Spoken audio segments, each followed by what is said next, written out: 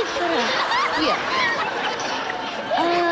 А. А плюс А е равно на Б. Айде бе.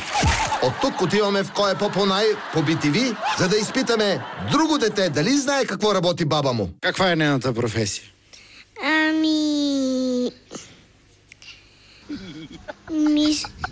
Забравих я. Няма значение. А мама какво работи? Счетвододител. Какво? Счетвододител. Чети по устните ми. Счетвододител. Счетвододител. Счетвододител. Да. Аха, добре. А тати какво работи? Директор.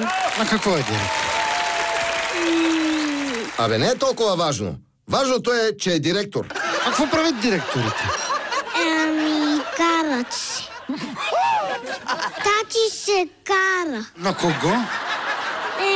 Който не слуша там на работа, му се кара. Как му се кара? Какво му казва? Нищо, само му се кара. Ако това е работата на директорите, то моята жена е направо генерален директор. Ти как ще станеш като пораснеш голям Косьо? Директор. Като баща си? Да.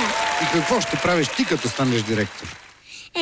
Ще боцкам с Принцов. Ясно! Ще стане директор на Пирогов. Що?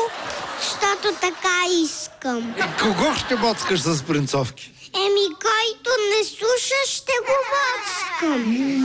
Така ли? Да. И какво ще има с принцовката? Нищо. Само така ще му бръкна и това е. А ти само е така да ги плашиш? Да. Хубаво. Красива усмивка, директор Косьо.